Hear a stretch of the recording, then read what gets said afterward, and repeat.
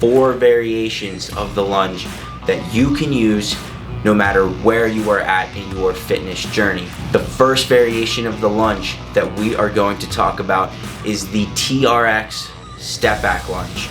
Now, if you are someone who is brand new to the gym, if you are someone who has some knee pain, or if you are someone who doesn't have a ton of balance, this is a great exercise to start with.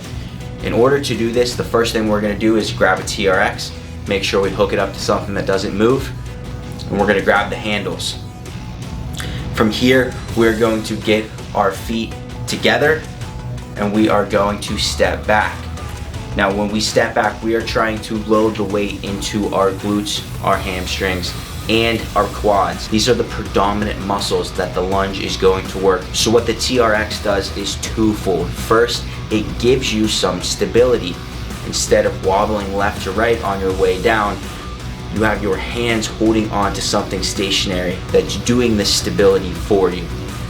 What the handles are also doing is taking some of that tension, the actual load, off of your muscles in your legs so that you can more effectively complete the movement. You can get through a fuller range of motion. You can get through a pain-free, full range of motion. And that's what we're looking for. So if you are someone who struggles with knee pain, if you are someone who doesn't have a ton of balance, or if you are someone that's just starting out at the gym and not sure where to go, I recommend you start with the TRX Step-Back Lunges. Complete a few reps and sets. Make sure you know how your body adapts after completing the exercise, and once you've mastered the TRX Step-Back Lunge, we can move on to the next variation of the lunge, and that is going to be our standing lunge. In order to complete the standing lunge, we are going to start with our feet together. From here, we are going to make sure we have 1 foot forwards and 1 foot back, and then we are going to lunge down. Our forward leg is going to travel forward, and our backwards knee is going to bend down towards the ground. We are looking to get that back knee as deep as possible. This exercise is going to be more difficult than the TRX Step-Back Lunge because we no longer have the handles to hold on to. We have to do this stability work on our own, and our legs are actually supporting more load while completing the movement. One thing to keep in mind with this exercise, if you are someone with knee pain when doing lunges, or someone with knee pain in general, is to make sure that shin is straight up and down. Allowing that shin to be straight up and down, make sure that we are evenly distributing the weight between our glutes, our quads, and our hamstrings.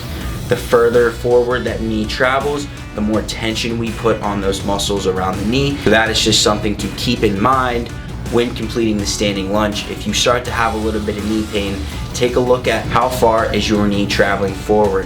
If it is past perpendicular, then try to pull that angle back a little bit and complete the movement again. The third variation of the lunge that we are going to talk about is the walking lunge. Now, this is probably the picture that is painted in your head whenever somebody says that they are going to do lunges.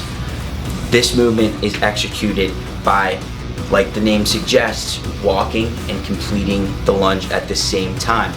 Again, we're going to start with our feet together. Our front foot is going to go forwards. We are going to load the weight into our foot that has stepped forward, and then we are going to stand up. But in comparison to our previous exercise, we are going to continue that momentum forward by bringing our rear foot forward and making that the new forward leg.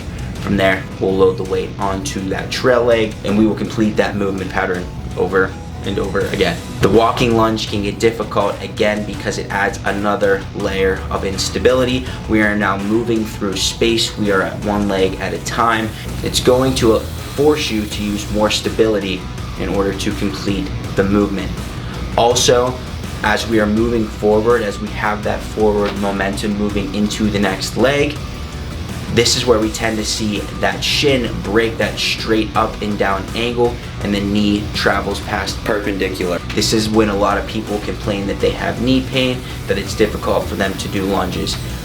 If you are somebody that can move through that range of motion pain-free, then I suggest that you continue to do that. I believe that if you can get through that fuller range of motion, if you can load the weight a little bit more onto that musculature around the knee into the quad, that is not a bad thing. But if you are someone finding yourself completing walking lunges and having knee pain, then again, take a step back, look at how far your knee is traveling forward, and adjust accordingly. Finally, the last variation of the lunge that we are going to go over is the unilateral lunge. This is completed just like the walking lunge, but we're going to add another layer of difficulty to it, and we do this by putting a weight in one of our hands.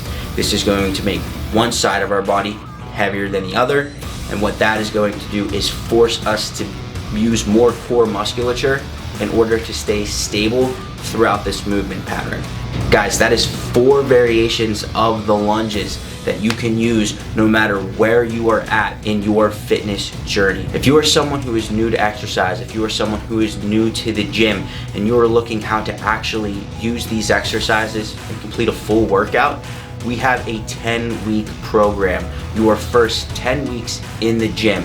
If it is not in the description box below, come back in the future. It will be in the description box soon. Let's say you're someone who has been in the gym, you know how to complete these exercises, but you're still looking for a little bit more individualized programming, something more specific to what you are training for. Shoot us an email. That email will be in the description box below again, and we can get into some more individualized, specific training for your needs. And let's say you are someone who's at the gym. You come to Wallace Fitness Center. You come to our brick and mortar location. And you are interested in personal training. You're interested in working one-on-one with a personal trainer, having the program done for you. Grab somebody at the gym. Grab myself, grab Alex, or grab another trainer at the gym, and we can get you set up. That's it, guys. We will see you in the next video. Peace.